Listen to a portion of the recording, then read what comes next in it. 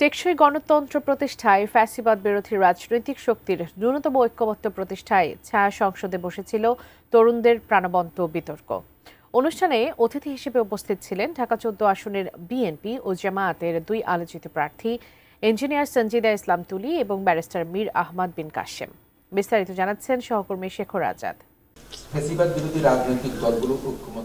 গণতন্ত্র, অধিকার আর জবাবদিহির প্রশ্নে যখন রাজনৈতিক অঙ্গনে বিভাজন স্পষ্ট, তখনই তরুণদের এই ছায়া সংসদে উঠে আসে ফ্যাসিবাদ মোকাবেলায় রাজনৈতিক দলগুলোর অভিন্ন ঐক্য খুঁজে পাওয়ার তাগিদ। মানে কি আপনারা মেনে নিচ্ছেন প্রথম এবং প্রধান উপাদান জনগণ, রাজনৈতিক দল নয়? রবিবার সকালে এটিএন বাংলার এফডিসি স্টুডিওতে আয়োজিত ডিবেট ফর ডেমোক্রেসির চেয়ারম্যান হাসান আহমেদ চৌধুরী কিরণ তার সমাপনী বক্তব্যে বলেন, এবারের নির্বাচন হবে বাঘে বাঘে লড়াই।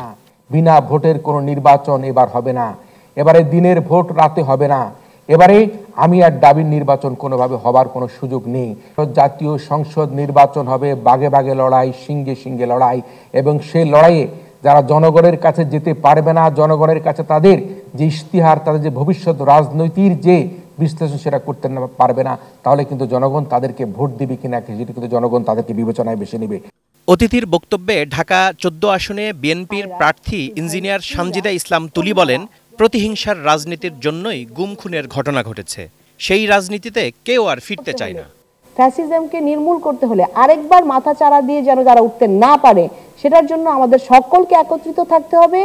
আমাদের জনগণের ভাষা বুঝতে হবে, তারা কি চায় সেটা জানতে হবে, সেই আকাঙ্ক্ষা অনুযায়ী কাজ করতে হবে, এবং তাহলেই একটা সত্যিকার গণতান্ত্রিক রাষ্ট্রে আমরা নিয়ে যেতে পারবো।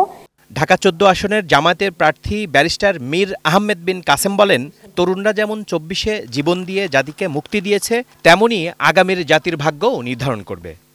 তরুণরা চোখে আঙুল দিয়ে দেখিয়ে দিয়েছে যে তাদের দ্বারাই পরিবর্তন সম্ভব, তাদের দ্বারাই সম্ভব নতুন বাংলাদেশ ইনশাআল্লাহ।